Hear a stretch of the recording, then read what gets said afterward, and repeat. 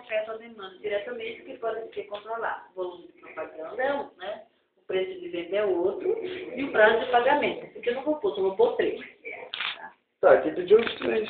3, tá. Mas Não, eu pediram para justificar. Não, mas aqui não pede justificativo. Aqui diz justificar. Justificar. Tá. Aí eu pus assim, ó. O que é devido, eu pus certo ali. Propaganda. Peraí. Volume de E o propaganda. fator pode afetar a pessoa?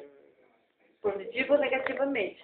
Esses 3 afetam positivo ou negativamente. Daí eu justifiquei assim, que as empresas poderão se comunicar com os consumidores e aumentar a demanda investindo em propaganda. Cadê o resto do xerox pra ti? Cadê o resto do xerox? Aqui, tá tudo aqui. A resposta tá tudo aqui, ó. Aqui o prazo. Ah, mas já respondeu. Tá, mas eu tive que escrever aqui. Então, mas toda essa resposta aqui, faz Ué, igual. assim mesmo? Assim mesmo? Tá. Tá, então eu já respondi. Aqui eu tenho que terminar o prazo de pagamento. O quê? A demanda da empresa tende a aumentar quando é fornecido Prazo maior de um pagamento. prazo maior de pagamento ao cliente. O prazo é